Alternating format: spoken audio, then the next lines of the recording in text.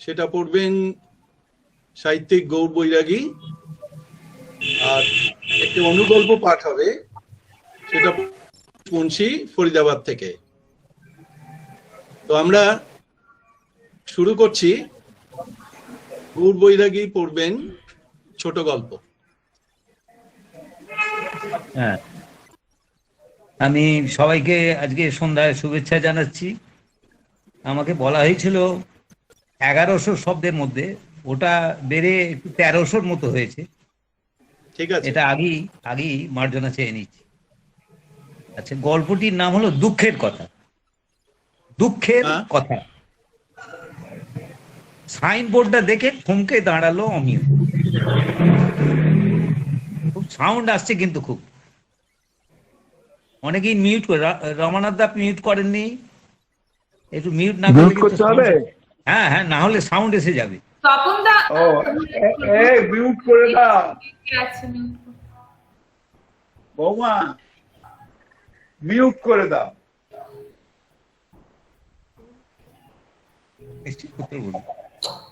আচ্ছা, গল্পটির নাম হচ্ছে দুঃখের কথা। সাইনবোর্ডটা দেখে থমকে দাঁড়ালো অমিয়। অবাকও হলো। এই চার মাথার মোড়টা হু হু করে বদলে গেল। পুরনো ঝাউ বাগান বদলে গেল আকাশচুম্বী অ্যাপার্টমেন্টে। রাস্তার এধারে ওধারে কত যে দোকান। অবশ্য এগুলোকে কেউ আর দোকান বলে না। দুটো ম্যাসাজ পার্লার, একটা বিউটি স্পট, একটার নাম স্নোফলস, এটা হলো আইসক্রিম পার্লার। স্লিপ ওয়েলে দামি দামি সজ্জাদ্রব্য সাজানো। এসবের যে এত খদ্দের আছে জানতো না অমিয়। বিউটি স্পটে বেলা 10টার পর ভিড় শুরু হয়। মেয়ে বউরা ভুরুর চুল তুলতে আসে। অমিয় এসব দেখে, প্রতিদিনকার অভ্যাসই বলা যায়। আজ চোখ পড়লো অদ্ভুত সাইনবোর্ডটার দিকে। বোর্ডে পরিষ্কার লেখা, দুঃখের কথা শোনা হয়। নিচে কনসালটেন্ট ডাক্তার বিলক্ষণ জানার নাম। পাশে একটা কাগজের বোর্ডে 18 পয়েন্টে ছাপা, নামমাত্র মূল্যের বিনিময়ে দুঃখের বোঝা হালকা করার উপায় এখন আপনার হাতের মুঠোয়। দেখে হাসি পেল তার। অবশ্য শুধু তারই বা কেন, এই হাস্যকর ব্যাপারে কারো যে আগ্রহ আছে তা মনেই হয় না। সবাই যার যার কাজে ব্যস্ত। রাস্তা দিয়ে দুরন্ত গতিতে ছুটে যাচ্ছে 4 চাকার গাড়ি। তাছাড়া বাইক, অটো, টোটোতে রাস্তায় তুমুল ব্যস্ততা। পার্লারে আর কর্নারগুলোতে গিজগিজ করছে ভিড়। মাসের প্রথম দিকেই নতুন নতুন স্কিম আসে। নির্ঘাত কোনো লোভনীয় স্কিম এসেছে। ভিড় উপচে পড়ছে নতুন চালু হওয়া মলে।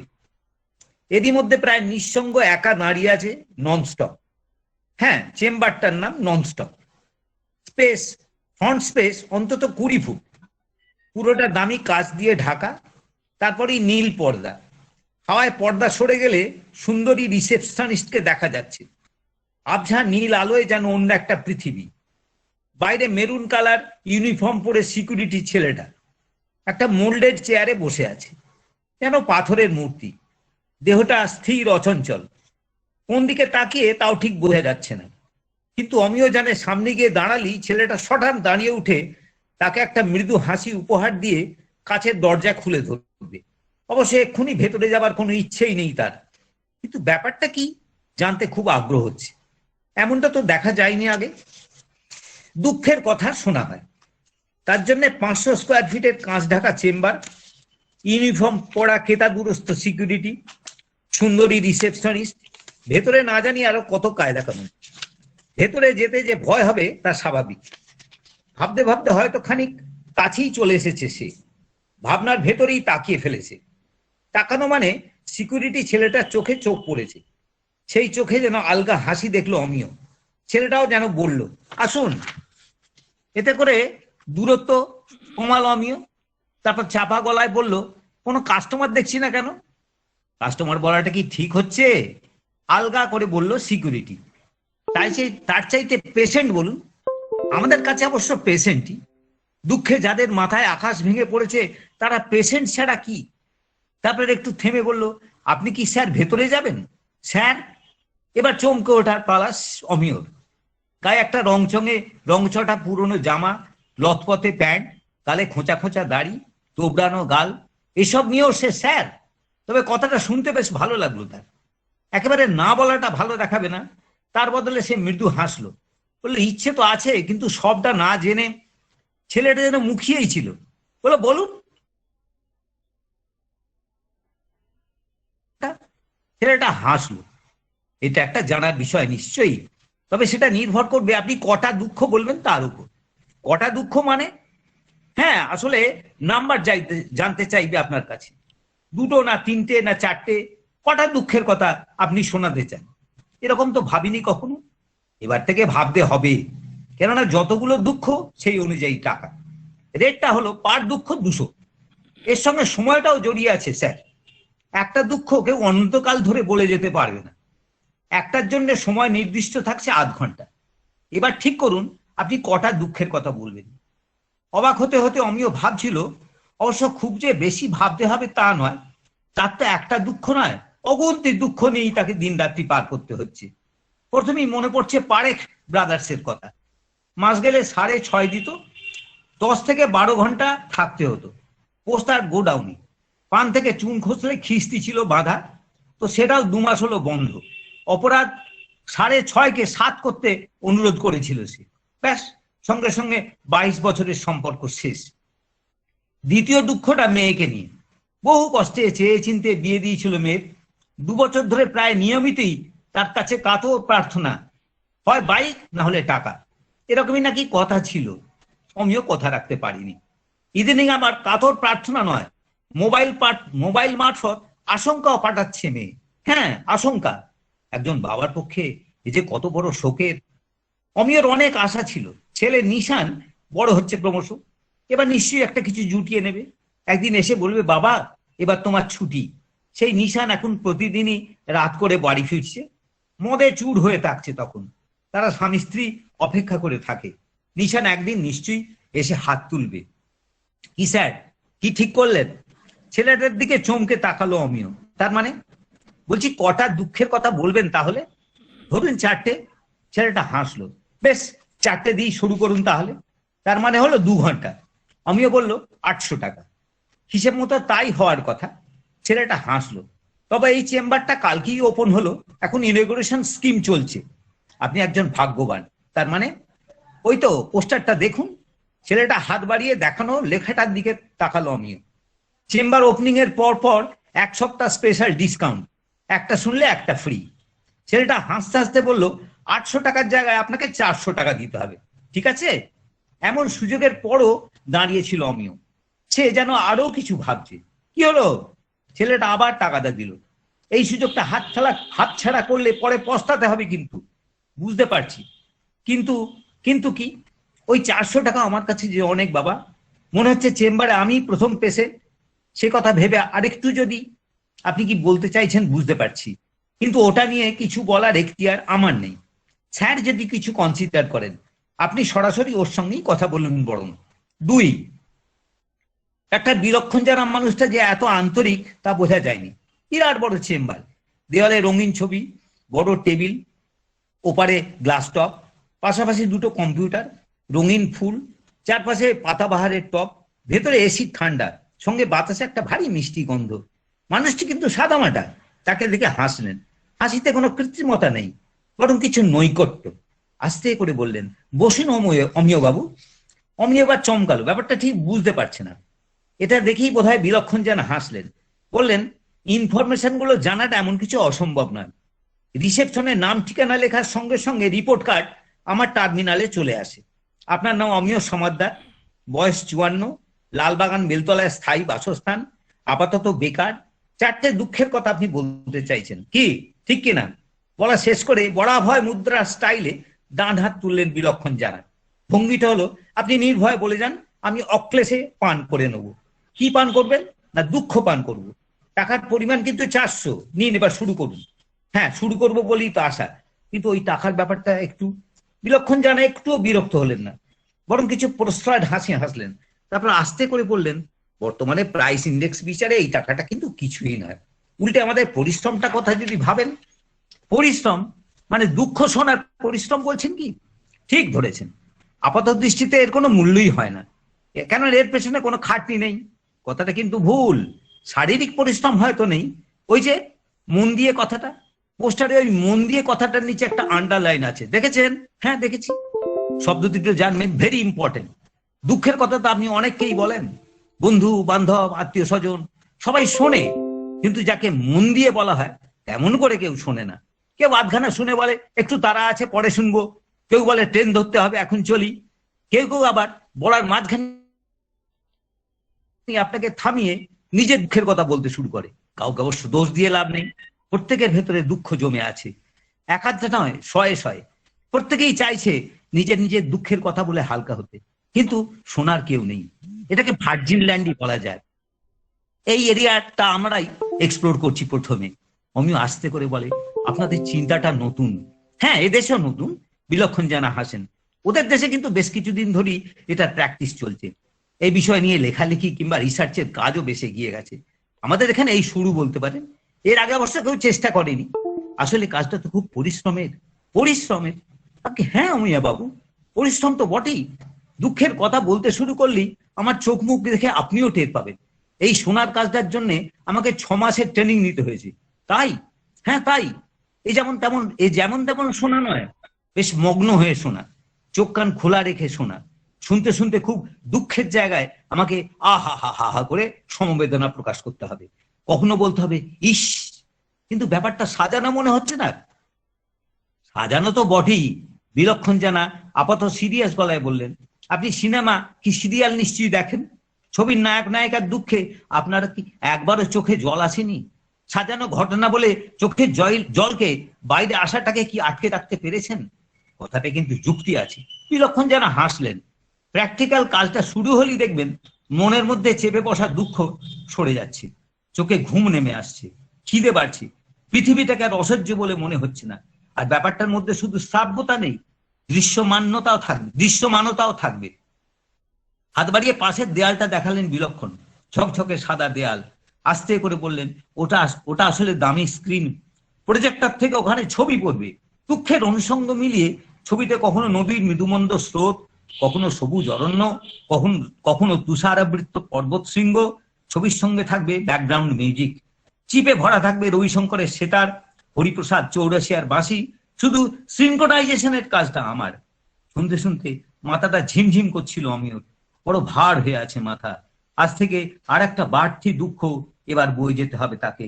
দুঃখ দূর করার এই অত্যাধুনিক পদ্ধতিটাও সে গ্রহণ করতে পারবে না। এটাও কি কম দুঃখের? আমার গল্পটা শেষ হল।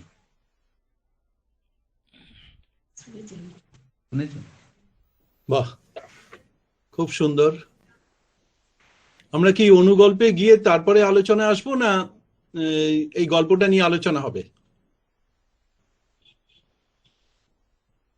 এই গল্পটা নিয়ে আগে একটু আলোচনা হোক না। আচ্ছা, রমানাথ দা কিছু বলবেন? মিউট আছে। রমানাথা মিউট করা আছে, ওটা একটুখানি ওপেন করতে হবে। হ্যাঁ ঠিক হয়ে আছে। গেছে। বলুন রমানাথ দা। হ্যাঁ, গল্পটা আমার খুব ভালো লেগেছে। মিউট হ্যাঁ, করে দিচ্ছি। গল্পটা আমার খুবই ভালো লেগেছে। তার কারণ হচ্ছে গল্পটার মধ্যে দুঃখকে নিয়ে এমন একটা অ্যাবসার্ড একটা গল্প তৈরি হয়েছে, যেটা সত্যি খুব অভিনব। শুধু অভিনব না, আমাকে বেশ টাচ করেছে আর কি গল্পটা। মনে হয় যে যেন আমরা আজকের যুগে এই মুহূর্তের গল্প শুনছি, যেখানে মানুষের মধ্যে দুঃখের বোঝা চেপে আছে এবং সেটা কি করে হালকা করা যায় তার একটা ব্যবস্থাও এই লেখক করেছেন। একটা অ্যাবসার্ড একটা গল্প, খুব সুন্দর গল্প, আধুনিক গল্প একেবারে। আমার খুবই ভালো লেগেছে, এইটুকু বলি আর কি।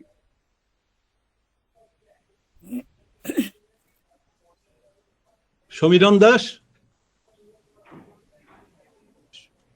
দাস কিছু বলবেন? হ্যালো, হ্যাঁ বলুন। আমার একটা সমস্যা হয়ে গিয়েছিল, আমার ফোনের একদম চার্জ শেষ হয়ে গেছিল। ও আচ্ছা, যার ফলে আমি ঠিক 7টার সময়, এটা আমারই খুব ভুল, আমারই খুব মানে কি বলবো, উচিত হয়নি। তো যার ফলে একটু 7:15 নাগাদ আমি খুললাম, খুলে দেখি প্রায় শেষ হয়ে গেছে গল্পটা।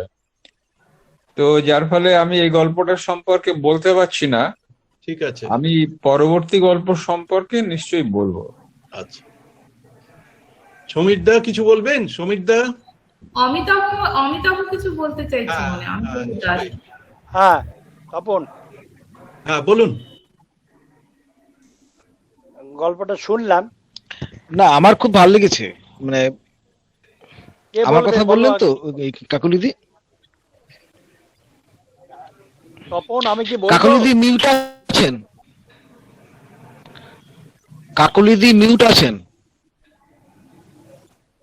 আচ্ছা, সমীর কান্তিদা বলছিলেন, সমীর কান্তিদা আগে বলিনি। আরেকজন তো বলতে শুরু করলো। আপনি বলুন। কি বলবো? বলুন। হ্যাঁ বলুন, বলুন। বলুন। হ্যাঁ, গল্পটা আমার খুব ভালো লেগেছে, নতুনত্ব আছে। গৌর বৈরাগীর গল্পের সঙ্গে আমি পরিচিত, অব্যয়ের সঙ্গে যুক্ত থাকায় আরো একটু বেশি পরিচিত। বহুকাল ধরে তার গল্প পড়ছি, ইউটিউবে ওর অনেক গল্প পড়েছি। গল্পটি ভালো লাগলো। তবে সাহিত্য উপন্যাস পড়ে ভালো লাগাটাই কিন্তু আমার কাছে সব কথা নয়। আমি যেটা চাই সেটা বলছি। গল্প যখন পড়ি তখন গল্পের বস্তুত্ব বা বস্তুর গল্পত্ব এর মধ্যে একটা রূপান্তর ক্রিয়া যদি না ঘটে তাহলে আমি সাহিত্য পাঠের আনন্দটা পাই না। ভালো লাগা গল্পের শেষ কথা নয়। কবিতায় যেমন ছন্দ ঠিক হলো কিন্তু কবিতাই হলো না, এমন অনেক গল্প আছে খুব ভালো লাগলো কিন্তু সেটা গল্পই হলো না। এরকম অনেক গল্প আছে, উদাহরণ দেওয়া যায়। এবং কবিতা ছন্দ ঠিক হলো, সেটা তো নীরেন চক্রবর্তীর কবিতার ক্লাসে বহু উদাহরণ এরকম রয়েছে। গল্পের ক্ষেত্রেও এরকম হয়। আমি যেটা চাই, ভালো লাগা ছাড়াও, ভালো লাগাই শেষ কথা নয়, গল্প পড়ে একটা সাহিত্য পাঠের আনন্দ যেন পাই। সাহিত্য পাঠের আনন্দ তখনই পাই যখন ওই যে বললাম গল্পের বস্তুত্ব বা বস্তুর গল্পত্বের মধ্যে একটা রূপান্তর ক্রিয়া ঘটে। তখনই আমরা ভালো লাগা ছাড়িয়ে একটা সাহিত্য পাঠের আনন্দ পাই। গৌর বৈরাগীর এই গল্পটি পড়ে আমি সেই রকম আনন্দই পেয়েছি। তাই গৌর বৈরাগীকে অনেক ধন্যবাদ। এই ধরনের নতুন গল্প আরো লেখা হোক, এটা চাইছি। গৌর বৈরাগীর আরো গল্পের জন্য আমি অপেক্ষায় থাকবো। ধন্যবাদ সমীর দা। হ্যাঁ তপন অমিতাভ বাবু, দাস। আমি কিছু বলছি, হ্যাঁ করে দেবো। বলুন। বলবো? হ্যাঁ, বলুন। গৌরদার অনেক গল্পই আমরা পড়েছি। হ্যাঁ, কিন্তু গল্প পড়েছি বা শুনেছি, কিন্তু এই গল্পটা অন্যান্য গল্প থেকে একদম আলাদা। এই গল্পটার সবচেয়ে বড় বৈশিষ্ট্য হলো এটা নতুনত্ব, অভিনবত্ব। এর মধ্যে গল্পটাকে অন্যরকম একটা মাত্রা দিয়েছে। তা গল্পটা খুবই ভালো গল্প। আর এই গল্পের সাথে বাস্তবের কতটা মিল বা অমিল, তার চেয়েও বড় কথা, গল্পটা শুনতে বা পড়তে ভীষণ মনোগ্রাহী গল্প। এটাকে এক কথায় বলা যায় খুবই সুন্দর একটা গল্প। গৌরদাকে ধন্যবাদ, অসংখ্য ধন্যবাদ। ধন্যবাদ অঞ্জনা রেজ। অমিতাভ দাস বলবেন? অমিতাভ দাস। হ্যাঁ, বলছি যে আমার বিশেষ কিছুই বলার নেই। সকলেই অনেকেই বলেছেন গৌরদার এই গল্পটির কথা। গৌরদা, আমি প্রথমে বলি, আমার অত্যন্ত শ্রদ্ধেয় প্রিয় গল্পকার। আমি গৌরদার মানে অন্তত খুব দুর্বল গল্প আমি পড়িনি। মানে আমি গৌরদাকে নিয়ে পড়াশোনা করেছি। খুব শব্দ হচ্ছে একটা, হ্যাঁ, ভীষণ শব্দ হচ্ছে। তো গৌরদার কিছুদিন আগেও গল্প শুনে, খুব শব্দ হচ্ছে কিন্তু তপনদা, এটা যদি অনেকের এই মাইক্রোফোনটা না মানে অন করা রয়েছে। যাই হোক, আমি বলছি তো গৌরদার আগের দিনের গল্প শুনেছি, কিছুদিন আগেও একটা গল্প আমি শুনলাম কিছুদিন আগে, আজকের গল্পটাও শুনলাম। আজকের গল্পটার একটা বড় জায়গা হচ্ছে গল্পটার মধ্যে একটা প্রতীকের মাধ্যমে এই সময়ের জিনিস দেখানো হয়েছে, যে এখন সমস্ত কিছু একটা প্যাকেজের মধ্যে চলছে, আমাদের জীবনটাই একটা প্যাকেজের মধ্যে চলে গেছে। তো এখন এই দুঃখ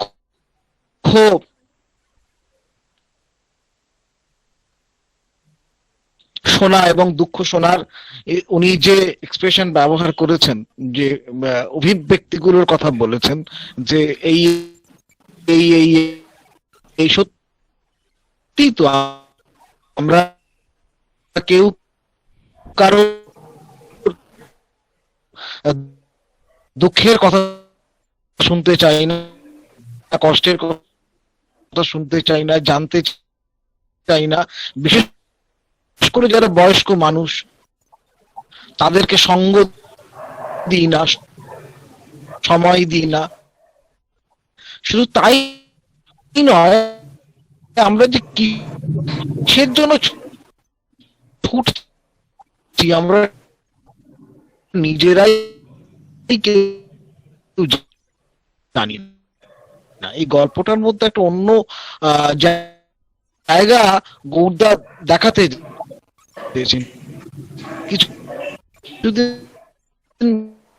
মানে নেটের প্রবলেম গৌরদার লেখার মধ্যে একেবারে একটা অন্যরকম দিক থাকেই, সবসময় থাকে। খুব সহজ করে তিনি অনেক জীবনের কথা বলেন, জীবনের মানে যে মূল্যবোধ গুলো ভেঙে যাচ্ছে গল্পকারের একটা বিশেষ কাজ। এবং গৌরদা নিজে কিন্তু নিজেকে প্রতিনিয়ত ভাঙেন, নিজেকে গৌরদা প্রতিনিয়ত ভাঙেন, প্রতিনিয়ত থেকে। এই লেখাটিও ভালো লাগলো, আমার খুব ভালো লেগেছে, এটুকুই। ধন্যবাদ অমিতাভ দাস। নেটের একটু প্রবলেম হচ্ছিল, যার জন্য এই কথাগুলো একটু আস্তে আস্তে মাঝে মাঝে ঠিক হচ্ছে, মাঝে মাঝে একটু অসুবিধা হচ্ছিল। যাই হোক, দীপারুণ ভট্টাচার্য কিছু বলবেন? দীপারুণ।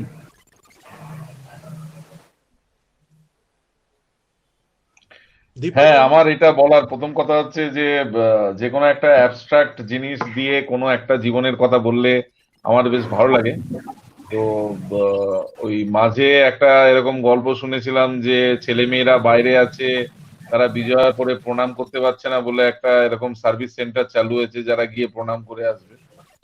তো সেই রকম এরকম দুঃখ শোনা, মানে এমনি ওভারঅল সাবজেক্টটা তো খুবই ভালো, এবং মানে ওভারঅল আমার খুব ভালো লেগেছে। এই ধরনের মানে আরো লিখুন গৌরবাবু বা অন্যান্য সবাই, এই ধরনের গল্প লিখুন যেগুলো সরাসরি না হলেও অনেকটা আমাদেরকে বাস্তবের মুখোমুখি দাঁড়ানোর জায়গায় নিয়ে যাচ্ছে, যে আমরা মানুষের থেকে মানসিকভাবে এতই সরে যাচ্ছি যে একদিন আমাদের দুঃখ বেদনা হতাশা শোনার জন্য দোকান খুলবে। তো এটা খুবই আনফরচুনেট, বাস্তব জীবনে যেন এরকম না হয়।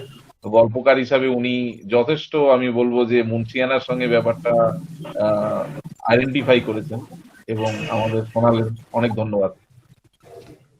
ধন্যবাদ দীপারুণ। প্রগতি মাইতি। হ্যাঁ, প্রগতি মাইতি। নমস্কার। হ্যাঁ, সবাইকে নমস্কার।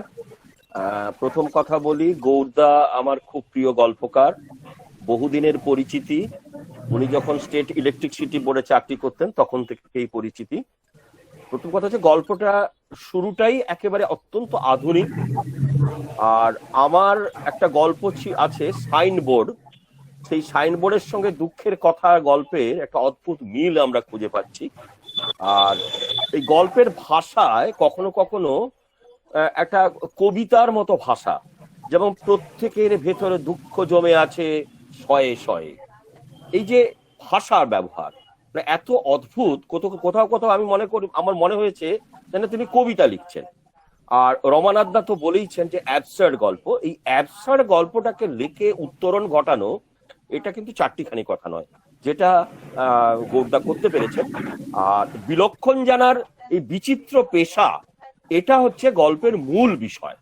যে আজকে আধুনিক সময়ে মানুষ পেশা নিয়ে যে মানে কি বলবো নানান পথ খুঁজে নিচ্ছে, এই বিলক্ষণ জানার এইরকম একটা পেশা খুঁজে নেওয়াটা এই গল্পের আমার মনে হয়েছে মূল থিম এটা থেকে নেওয়ার বিষয় আছে। এবং উনি মানুষের জীবনের কোন দিক থেকে তিনি ব্যবসা করবেন সেটাকে খুব ভালোভাবে একটা তিনি চুজ করেছেন আর কি। আর সবটা মিলিয়ে হাসি যেমন আছে এবং প্রথম থেকে শেষ পর্যন্ত পাঠককে ধরে রাখতে পেরেছেন, এটাও গৌরদার একটা বড় কৃতিত্ব। আমি ধন্যবাদ জানাই গৌরদাকে। উনি আরো ভালো গল্প লিখুন, আমাদের সমৃদ্ধ করুন। ধন্যবাদ। কাকলি কিছু বলবেন? হ্যাঁ, আমি বলছি, আমার গৌরদাকে এখানে কেমন যেন একটু ভবিষ্যৎ দ্রষ্টার মতো মনে হলো। কারণ এই কিছুদিন আগে আপনারা হয়তো অনেকেই জানেন, চেনেন তাকে, আমাদের এখানে সর্বানিধি, উনিও লেখালেখি করেন। ওনার মা অসুস্থ ছিলেন। তো এটা হচ্ছে কিছুদিন, গৌরদার এই লেখাটা কিন্তু নতুন নয়, গৌরদার এই লেখাটা পুরনো লেখা। কিছুদিন আগে এবার তার মা অসুস্থ ছিলেন, আর বাবা একজনকে অ্যাটেন্ডেন্স রেখেছিলেন, সে শুধু তার সঙ্গে গল্প করতো। তো এটা কিন্তু গৌরদা অনেকদিন আগেই লিখেছেন, কিন্তু আস্তে আস্তে আমরা কিন্তু সেই দিকেই যাচ্ছি। ছেলে মেয়ে সব বাইরে চলে যেতে হয়ে যাচ্ছে, বাবা মা একা, তাদের সঙ্গে কথা বলার লোক নেই, তাদের দুঃখ শোনার মতো কারো মানসিকতাই নেই।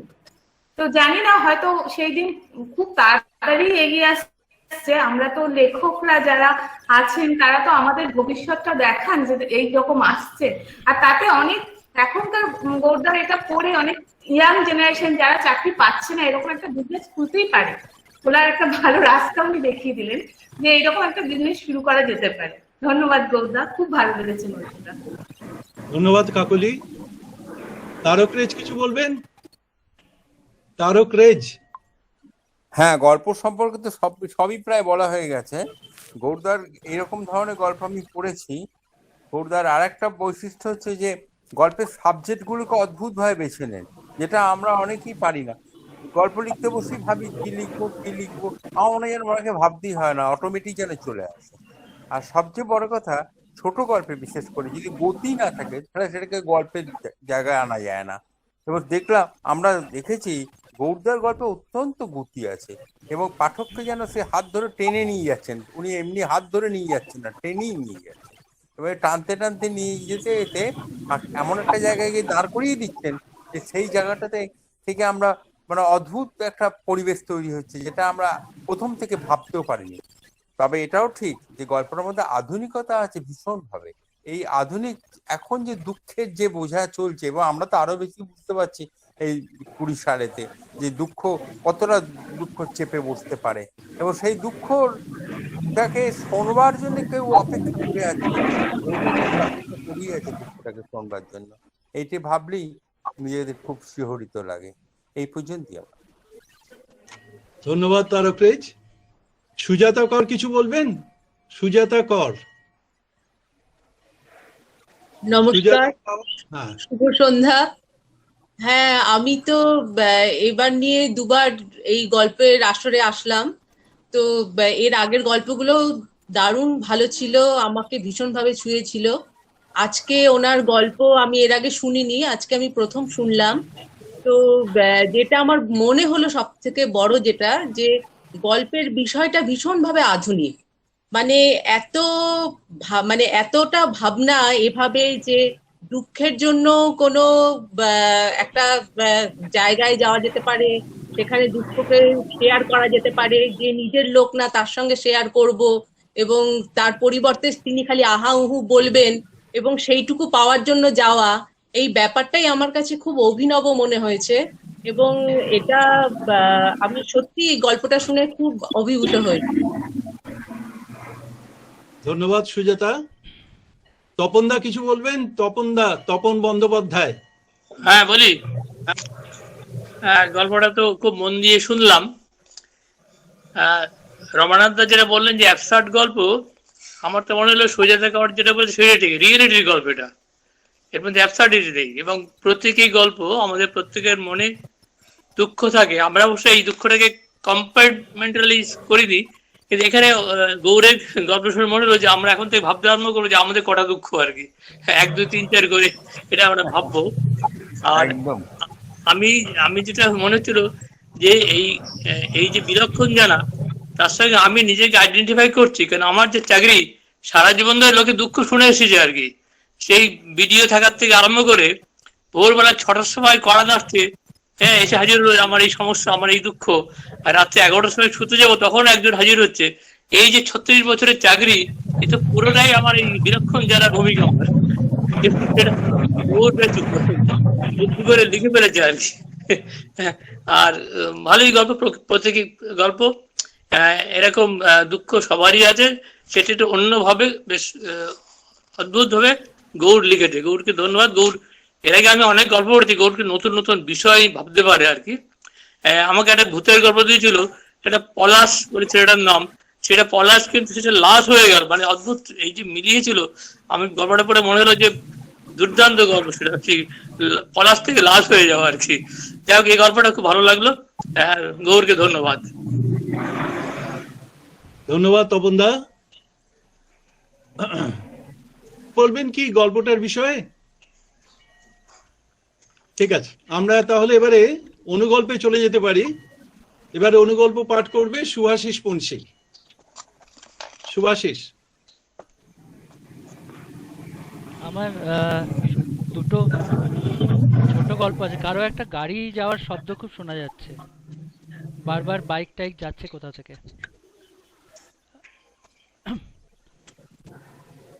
তো আমার দুটো গল্প ছোট ছোট, খুবই ছোট।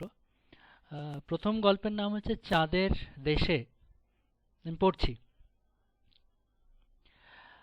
আমি চাঁদে যাব, আর ভালো লাগে না এখানে, তাই চাঁদে যাব। মনটা কেমন পোড়া ইটের মতো হয়ে গেছে, ভালোবাসা আঘাত কিছুতেই আর সাড়া দেয় না। চাঁদে যাবার কথা বউকে বলতেই সে আনন্দে হাতে তালি দিয়ে নেচে উঠল, বলল 25 বছরের যন্ত্রণার অবসান হবে। ছেলে শুনে বলল, বাঁচা গেল, বুড়ো বয়সে তোমার বোঝা বইতে হবে না। আমার এইসব কথায় দুঃখ হলো না, আমার তখন চাঁদে যাবার ভূত চেপেছে। মন্ত্রীকে চিঠি লিখলাম, মিটিং বসলো। দেশের সামাজিক রাজনৈতিক পরিস্থিতি খতিয়ে দেখে তিনি রাজি হয়ে গেলেন। রাখলেন অনেক শর্ত, যেমন জনসমক্ষে আমি আসতে পারবো না, আমার কথা যেন কেউ বা কোনো সংবাদ মাধ্যম জানতে না পারে, আমি মুখ খুলতে পারবো না, এমন অনেক কিছু। আমি সবেতেই রাজি, আমায় তখন চাঁদে পেয়েছে। কবির কথায় ও পারেতে সর্বসুখ আমার বিশ্বাস। আমার একটা হিল্লে হয়ে যাবে এবার। এদিকে দেশের করুণ অবস্থা, বেকারত্ব হু হু করে বাড়ছে, খরার কবলে পড়ে চাষি আত্মহত্যা করছে, অর্থনীতি তলানিতে ঠেকেছে, দেশাত্মবোধ ধর্মবিভেদ এসব আফিমের ঘোর কাটতে শুরু করেছে। মন্ত্রীর লোকজন হন্য হয়ে খুঁজছে নতুন পথ। ঠিক এই সময় আমার প্রস্তাবে ওনারা হাতে চাঁদ পেলেন। চাঁদে যাবার প্রচার শুরু হলো টিভিতে ও রেডিওতে। দেশ কত উন্নতি করলে চাঁদে সংসার পাতা যায়, আমাদের জীবন পাল্টে যাবে, এইসব আর কি। সংবাদ মাধ্যমে তর্ক বিতর্কের ঝড় বয়ে গেল। যারা মন্ত্রীর পক্ষে তারা তালি দিল, বিপক্ষে দিল গালি। দেশের নাম কত উজ্জ্বল হবে, যা কেউ পারেনি আমরা তা করে দেখাবো, মন্ত্রী ভাষণ দিয়ে বেড়াতে লাগলেন। সবাই এক এক করে চাঁদে পাঠানো হবে, এ কথা দিলেন গরিব দরদি মন্ত্রী। প্রথম সুযোগ করে দেবেন দেশের মেহনতি কৃষক ও নিচু জাতের মানুষকে। এখানে যারা বঞ্চিত তাদের হাতে তুলে দেবেন চাঁদ, সেখানে থাকবে না কোনো দুঃখ কষ্ট। গোটা দেশ সব কিছু ভুলে চাঁদের স্বপ্নে বিভোর হয়ে রইল। দেশ জুড়ে চাঁদে যাবার তালিকা তৈরি শুরু হলো।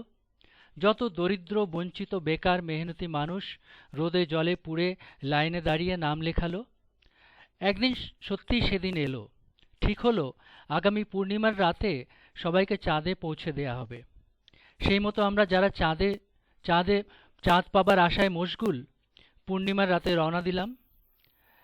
আমি মনে মনে গর্ববোধ করলাম, আমার জন্য কত লোক আজ খুশি। চাঁদে গিয়ে কি কি করব সেসব ঠিক করে একটা ফর্দ বানিয়ে নিলাম।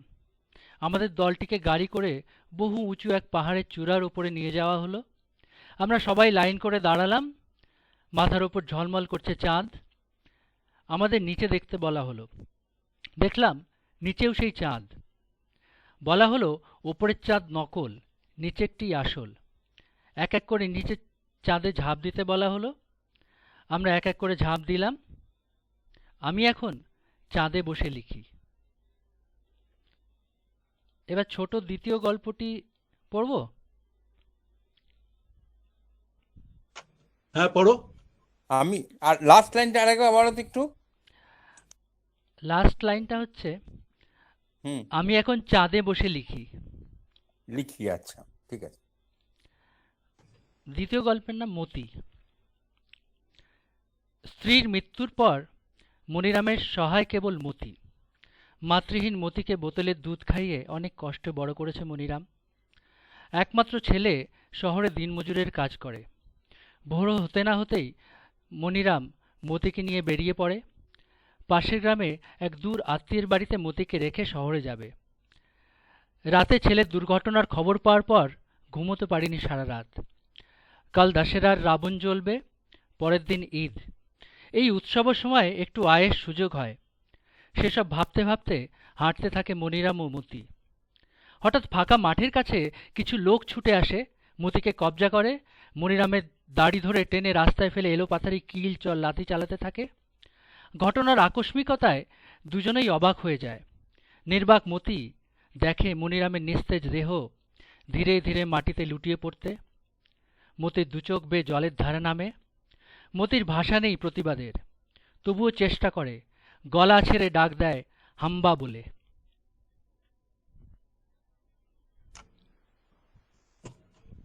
ধন্যবাদ শুভাশিস।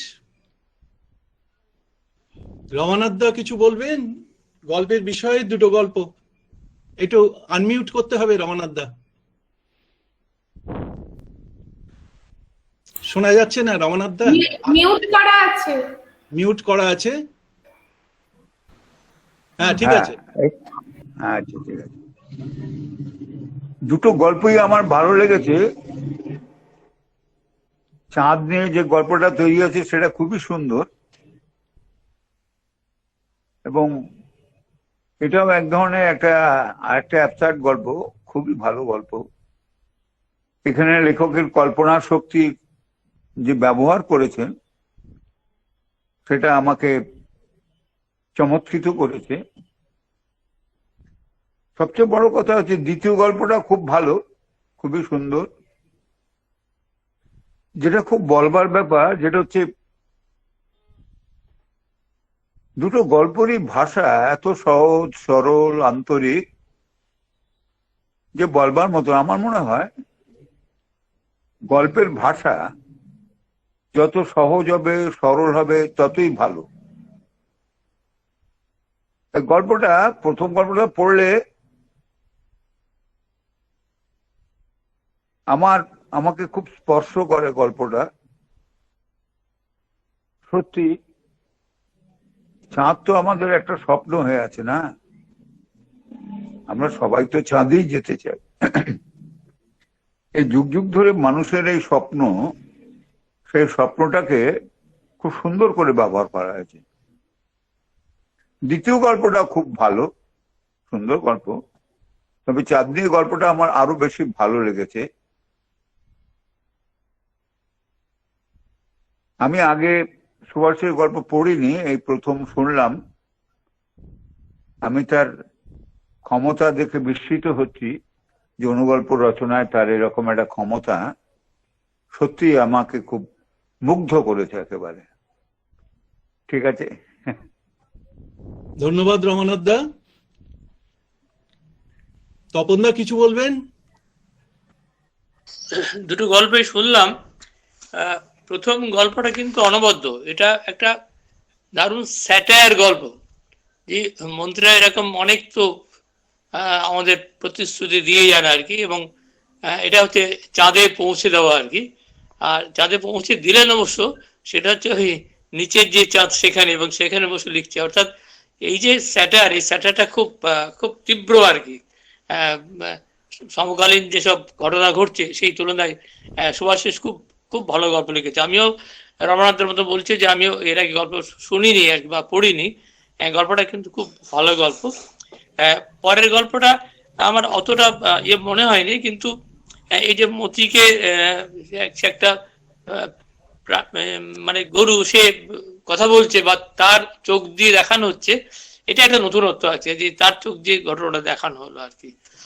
সব মিলিয়ে দুটো গল্প ভালোই লিখছে, ও আমি জানি আরো লিখবে এরপরে। আমরা আশা আরো দেখতে পাচ্ছি। ধন্যবাদ তপনদা।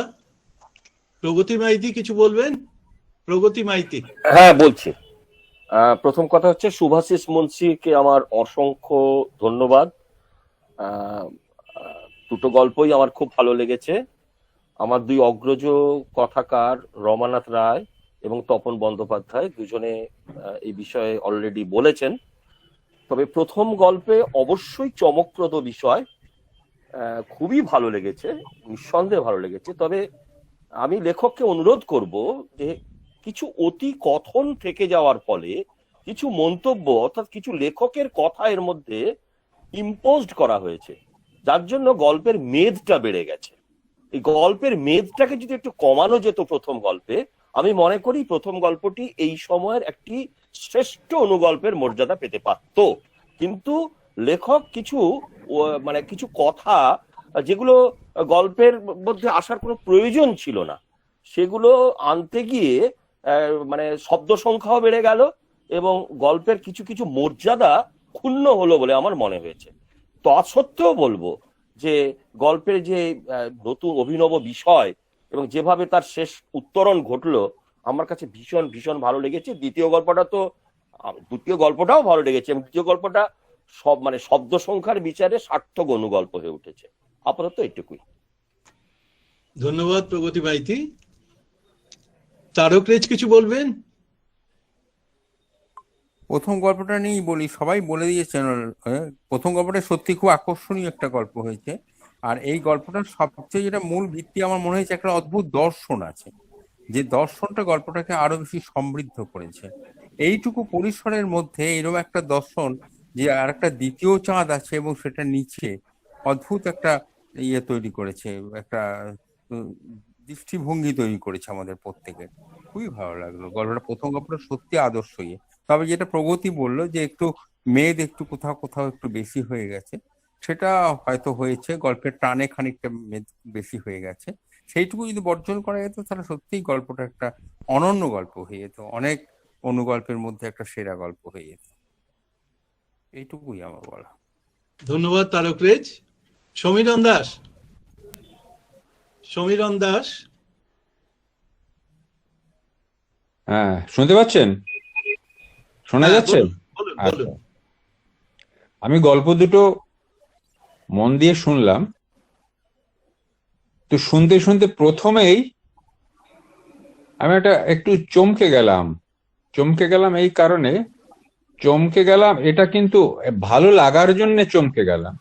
যেমন মনটা, ওই একটা প্রতীক ব্যবহার করলেন, মনটার বলছে ইটের মতো শুকনো হয়ে গেছে মনটা। এই যে প্রতীকের ব্যবহার, ভিন্ন নানা রকম প্রতীক, কিছু কিছু প্রতীক একেবারে ক্লিশে হয়ে গেছে, বর্জিত হয়ে গেছে, সেগুলো ব্যবহৃত হয়। আবার কিছু কিছু নতুন প্রতীক চলে আসে যেগুলো গল্পকে খুব রিচ করে বা উপন্যাসকে খুব রিচ করে। এই যে ইটের মতো শুকনো, এটা সত্যি আমার খুব চমকপ্রদ মনে হলো। লেখককে এটার জন্য আমি খুব ধন্যবাদ জানাই, আন্তরিক ধন্যবাদ জানাই।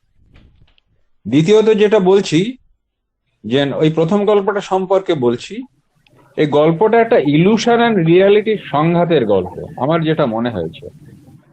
ইলুশন আমাদের তো একটা থাকে, সেই ইলুশনের সঙ্গে বাস্তবতার সংঘাতে আমরা অনেক সময় এমন একটা জায়গায় চলে আসি যে আমাদের কখনো কোনো স্বপ্ন পূরণ হয় না, একেবারে নিচে নেমে চলে আসি। যার ফলে এটাকে আমার খুব ট্র্যাজিক, এই তপনদা যেটা বললে আমাকে সেরকম ট্র্যাজিক গল্প মনে হলো না, ট্র্যাজিক গল্পই মনে হলো, স্যাটায়ার মনে হলো না, ট্র্যাজিক গল্পই মনে হলো গল্পটাকে। কারণ শেষে যখন ওর চাঁদে যাবে, এই প্রগতি মাইতি ঠিকই বলেছে, একটু অতিকথন রয়ে গেছে বিভিন্ন জায়গা, আরো অনেক সংক্ষিপ্তকরণ করলে ভালো হতো। যে চাঁদে যাবে, চাঁদে গিয়ে যখন দেখাচ্ছে যে তুমি সামনে যে চাঁদটা দেখছো, যে চাঁদটা দেখে তুমি চাঁদে যাবে বলেছো, ঠিক করেছো, সেইটা আসল চাঁদ নয়, আসল চাঁদ হচ্ছে নিচেরটা। আমার মনে হয় গল্পটা যদি এইখানে শেষ করতেন তাহলে গল্পটা আরো অনেক সুন্দর হতো। নিচেরটা হচ্ছে আসল চাঁদ, গল্প শেষ। তারপরে উনি যে লাইনটা লিখলেন, আমি এখন চাঁদে বসে লিখি, এই লাইনটা অতিকথন হয়ে গেছে আমার পার্সোনালি মনে হয়। লেখক নিশ্চয়ই সেটা অন্যভাবে ভাবতে পারেন।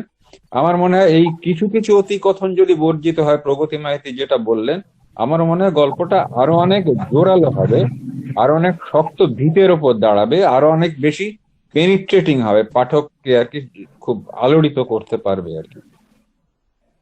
আর দ্বিতীয় গল্পটা আমি বলবো যে দ্বিতীয় গল্পটি প্রথম গল্পের সঙ্গে একেবারে তুলনায় আসে না। আমি দ্বিতীয় গল্পটা একেবারে রিয়ালিস্টিক গল্প দ্বিতীয় গল্পটা, কিন্তু ওই ঠিক কোথাও পৌঁছলো কিনা আমি ঠিক বুঝতে পারলাম না শেষটা, মানে লেখক কোথায় পৌঁছলেন গল্পটা নিয়ে। এক জায়গায় তো পৌঁছতে হবে, নাহলে লেখক লিখছেন কেন? দুম করে একটা কিছু দুটো চারটে লাইন লিখে দিয়ে ছেড়ে দিলেন, সেটা তো হয় না। লেখকের নিশ্চয়ই একটা ইচ্ছা আছে লেখাটাকে সেই জায়গায় নিয়ে যাওয়া। তো উনি কোথায় যে নিয়ে গেলেন গল্পটা আমি ঠিক বুঝতে পারলাম না। এটা হয়তো আমারই অক্ষমতা, এইটুকুই বলবো। একটু স্পষ্ট হলো না আমার কাছে, একটু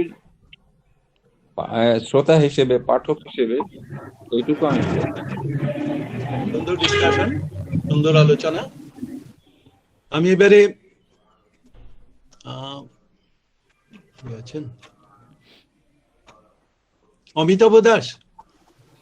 অমিতাভ দাস আছেন তো? আছি আছি আছি। শোনা যাচ্ছে? হ্যাঁ শোনা যাচ্ছে। হ্যাঁ শোনা যাচ্ছে। আচ্ছা, প্রথমেই আমি গল্পকার শুভাশিস মুন্সিকে একটা ধন্যবাদ জানাই তার প্রথম গল্পটির জন্য। এবং অনেকদিন ধরে অনুগল্প চর্চার, অনুগল্প পড়ার অভিজ্ঞতায় বলি, এই প্রথম গল্পটি সাংঘাতিক ভালো গল্প হতে পারত। আমার অগ্রজ গল্পকারেরা এই গল্পটি নিয়ে বিস্তারিত আলোচনা করেছেন। এটা একটা প্রাপ্তি আমাদের সকলের কাছে, আমরা যারা চর্চা করি এবং গল্পকারের কাছেও। কিন্তু যেটা প্রগতিদা বললেন যে গল্পটা, আমারও শুনতে শুনতে মনে হচ্ছিল গল্পটার মধ্যে কিন্তু মেদ আছে। গল্পটায় যদি একটু মেদ ঝরানো যায়, এটা চমৎকার একটা, মানে সাংঘাতিক একটা অনুগল্প হবে। ভাবনাটাই একেবারে অন্যরকম, ইউনিক গল্প। এবং আরেকজন সমালোচক বলছিলেন যে লাস্ট লাইনটা, যে উনি যে বলছিলেন যে আমি এখন চাঁদে বসে লিখি, আমার কিন্তু ব্যক্তিগতভাবে মনে হয়েছে গল্পের যে মূল জায়গাটাই রয়েছে ওই জায়গাটায়, ওখানটা থেকেও একটা ধাক্কা দেওয়ার একটা চেষ্টা আছে। ওখানেও লেখক একটা কিছু বলেছে, আমার কিন্তু এই লাইনটা অতিরঞ্জিত বা অতিরিক্ত বলে মনে হয়নি। আমার অন্য অনেক কথা আছে এই গল্পটা এসছে, সেটা অনেক অতিরিক্ত হতে পারে বা হয়েছে, কিন্তু এই গল্পটা অনেক দিক থেকে বিচার করলে, তপনদা যেমন বললেন একটা দিক থেকে, রমানাথ দা বললেন একটা দিক থেকে, তো আমার কিন্তু মনে হচ্ছে গল্পটার অনেকগুলো দিক আছে। এবং অনুগল্প দরজা জানলা খুলে দেয়, অনেকগুলো দরজা খুলে দেয় একটা গল্প। আসলে অনুগল্প হচ্ছে এক ধরনের শব্দ শাসন। অনুগল্পে একটা দাড়ি, একটা কমা, একটা শব্দ, তা প্রত্যেকটা বিরাট বিরাট ভূমিকা আছে। অনুগল্প কম কথার মধ্যে, এখানে প্রগতিদা আছেন, প্রগতিদা মানে অনেক কম কথার মধ্যে অনেক বড় ভাব, অনেক বিস্তারিত অনেক কিছু তিনি তুলে ধরেন।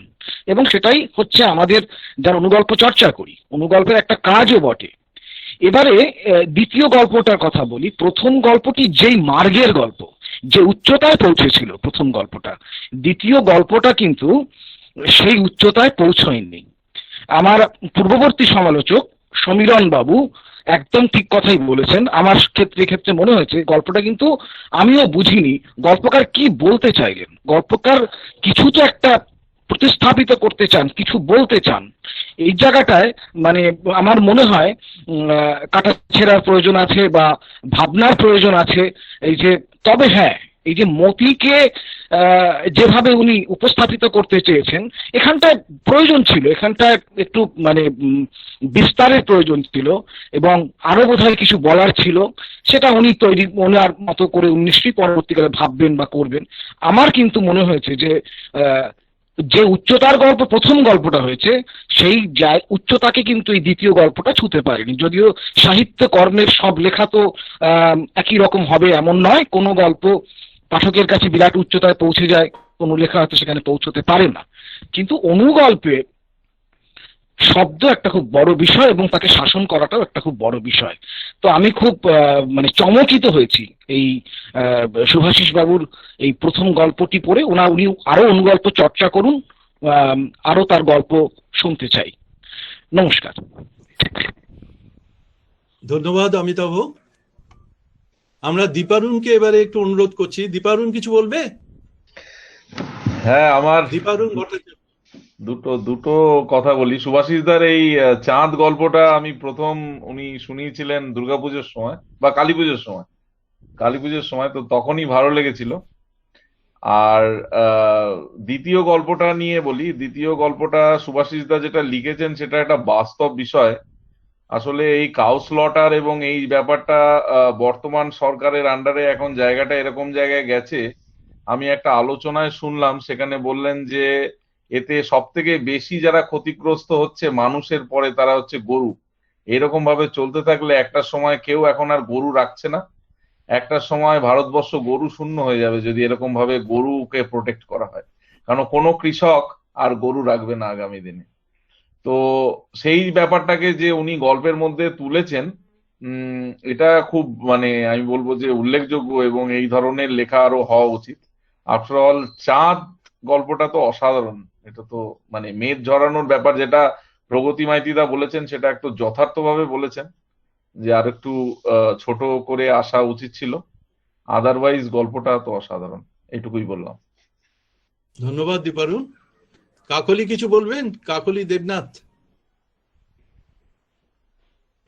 কাকলি দেবনাথ।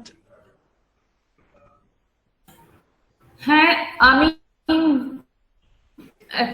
চাঁদ গল্পটা আমার তো ভীষণ ভালো লেগেছে।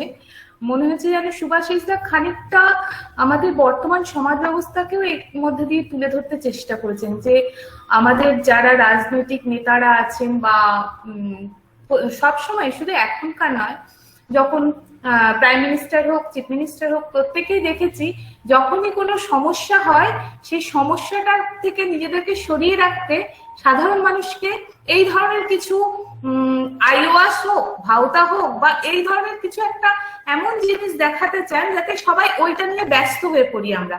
বর্তমানে যে আমাদের গরিবি বা যেসব সংকটগুলো আছে তার থেকে আমাদেরকে যাতে আমাদের মনটা অন্যদিকে চলে যায়, এটাও মনে হচ্ছে আমার গল্পটার মধ্যে সুভাষিসদা তুলে ধরার চেষ্টা করেছেন। যে মন্ত্রীরা চাঁদ দেখাচ্ছে, চাঁদে গেলে সবার হাতে চাঁদ আসবে, এই ধরনের কথাগুলো আমার মনে হচ্ছে উনি তুলে ধরার চেষ্টা করেছেন। আমার খুব ভালো লেগেছে গল্পটা। তবে ওই যেটা প্রগতিদা বললেন নেট ছড়াটা, আমি যদি এতটা বুঝি না, আমার কাছে কিন্তু ভালো লেগেছে। আমি তো শিখছি এখন ওনাদের কাছ থেকে। আর পরের গল্পটা আমি না অতটা বুঝতে পারিনি, গল্পটা হঠাৎ করে যেন শেষ হয়ে গেল মনে হলো। তো এইটুকুই গল্প সম্বন্ধে। ধন্যবাদ কাকলি। সুজাতা কর কিছু বলবেন?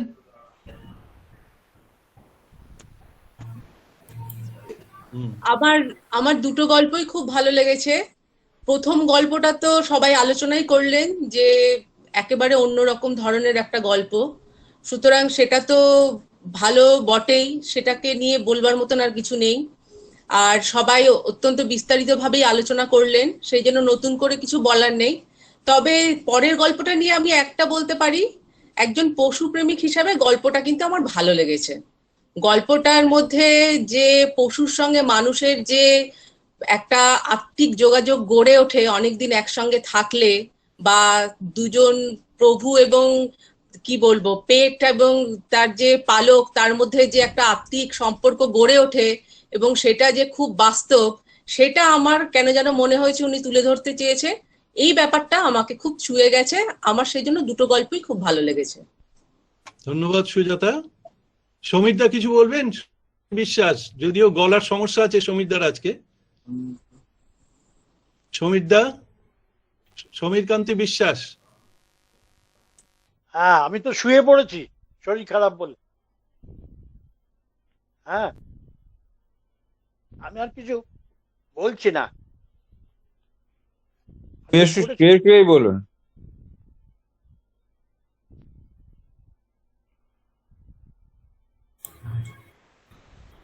তপন বলুন। হ্যাঁ বলুন। বলছি না, শরীরটা ভালো নেই।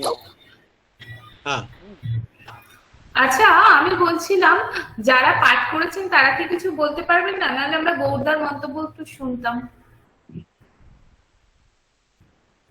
গল্পটা সম্বন্ধে। আচ্ছা, গৌরদা কিছু জানি না বলুন। এটা গৌরদা।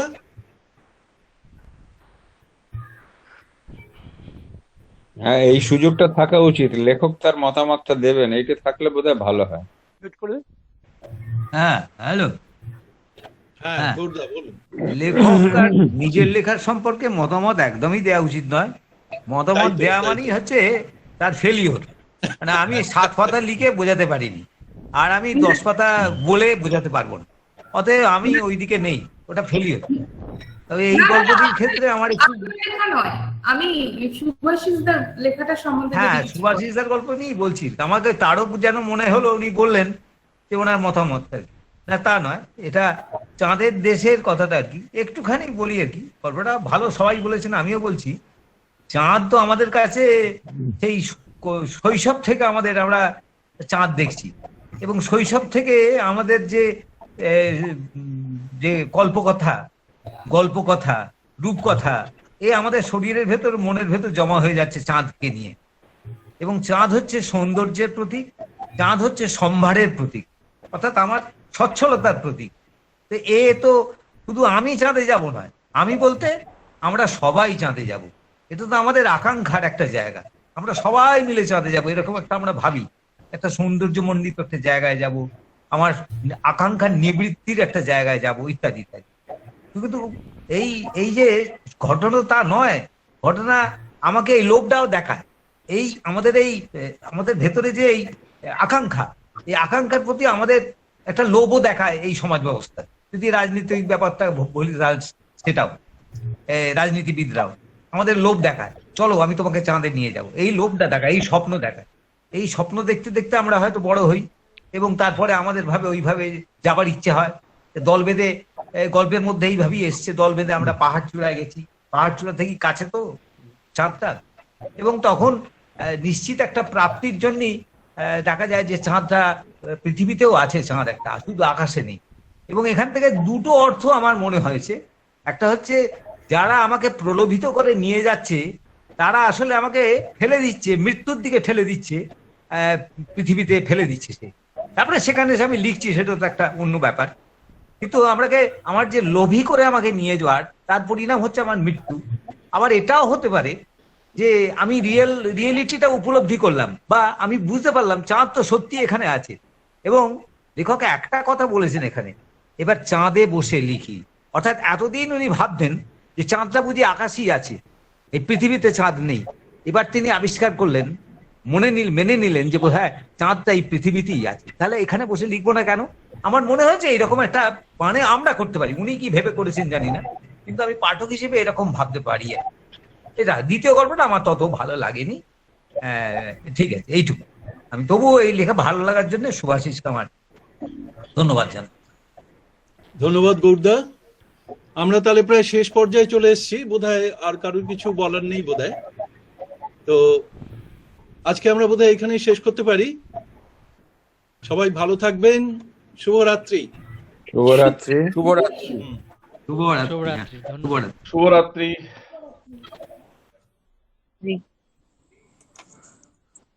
লালটা